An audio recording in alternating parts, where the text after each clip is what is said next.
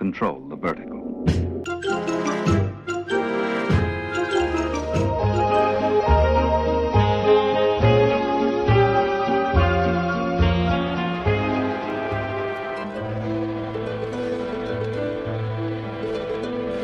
Welcome to Anthologic, the TV anthology podcast.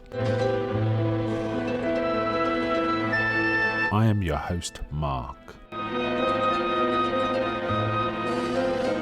Anthologic is a podcast dedicated to exploring the good, the bad, and the odd of horror, science fiction, and the best of mystery suspense anthology shows and series on TV.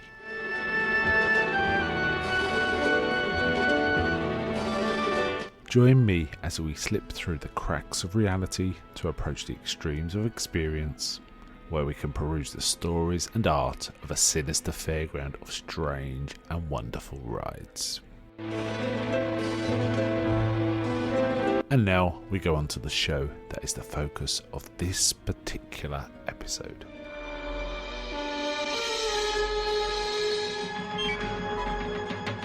Welcome to this episode of Anthologic with your host Mark. Today we are talking about an anthology series called Worlds Beyond.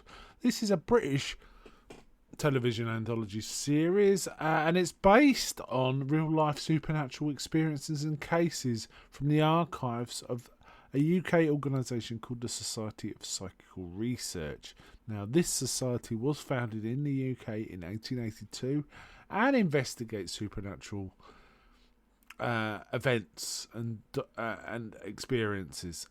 It's kind of an interesting organisation because it's kind of a mishmash. It hasn't got a corporate belief system, for example, but for some of its thrust has often been exposing charlatans and things like that. So it's not necessarily a society that believes in what's happening.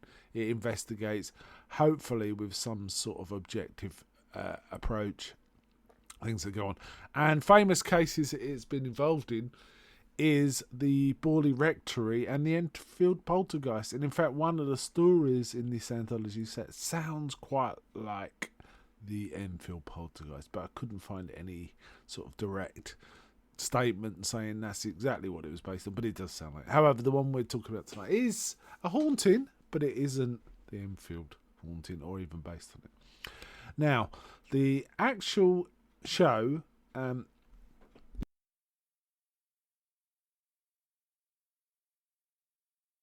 had quite a renowned cast. It was a UK production, but it had a lot of American actors. For example, Darren McGavin is in the one we're talking about tonight. And it was a mix of American and UK sort of known stars, lesser or greater known stars. For example, in American stars and English stars in this series include Karen Black and Turkle, who I know from TV from the late 70s, early 80s. David Warner, Louise Fletcher, the Oscar-winning Louise Fletcher, Denham Elliott, Eli Wallach. So you get the idea. This is not a cheap, in terms of cast production. However, I did find on the episode I watched, it wasn't very good. Now, there are 13 episodes in all, and they are listed on IMDb, not in the same order as they were broadcast, weirdly. Maybe there's listed on IMDb production. There are 13 episodes, and it ran from on ITV Network from 1986 to 1998. I cannot find any information about it being broadcast overseas or elsewhere. So there is that. And the episode we're talking about tonight is the first that was broadcast, which was aired on the October the 10th, 1986. Now I suspect, because it went over 2 years but it's only 13 episodes, it may have been a season run, and I haven't quite dug enough to know for sure. It may have just been aired sporadically. I do not know. Interestingly, the writer for this one is Brian Clemens, who we've touched on in the past, and it stars Darren McGavin and Connie Booth and James Hazeldine. James Hazeldine is quite a reasonably famous British actor from around this era, in a lot of productions from around this era.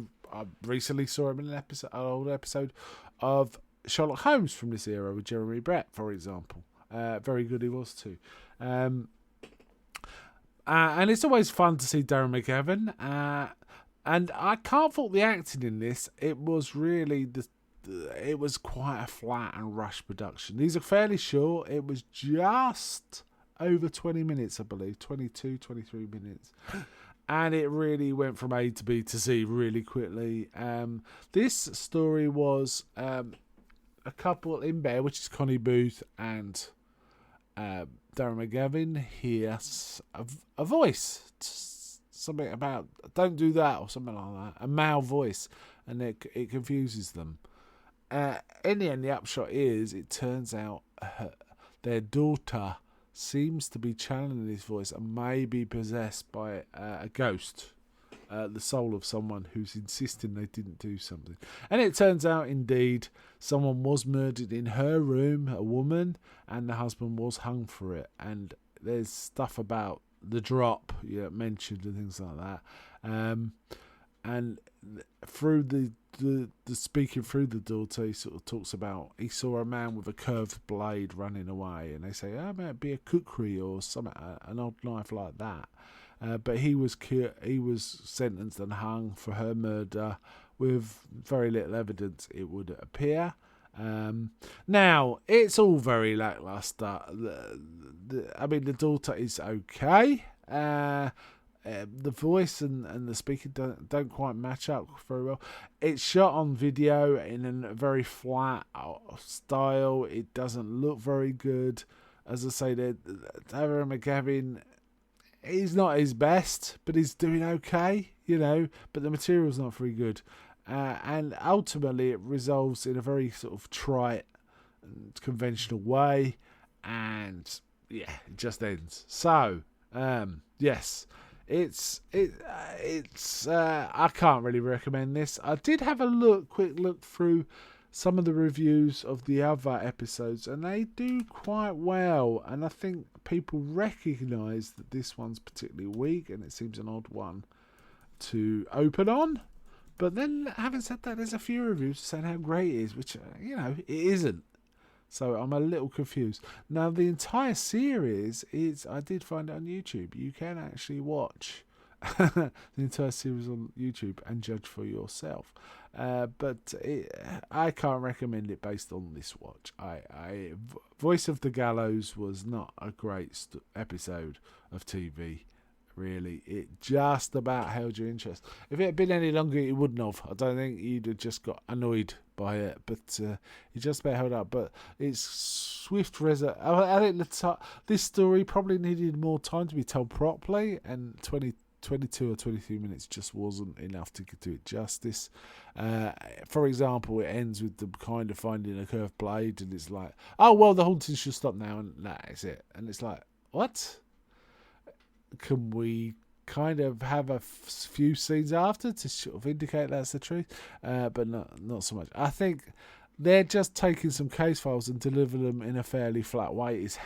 Dramatising them in a fairly flat way is how it feels. And it's an interesting premise. And, they've got some interesting people cast in this, in the various stories, but it just feels kind of, it just lays there, really. That's its issue. Okay, I'm going to wind it up there. Not a great addition to the annals of Anthology TV, but, it's there. Anyway, before I go, may I ask, is anybody out there?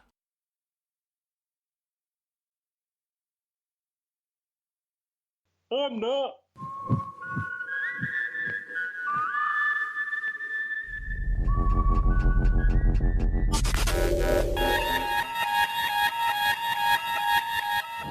We now return control of your television set to you until next week at this same time, when the control voice will take you to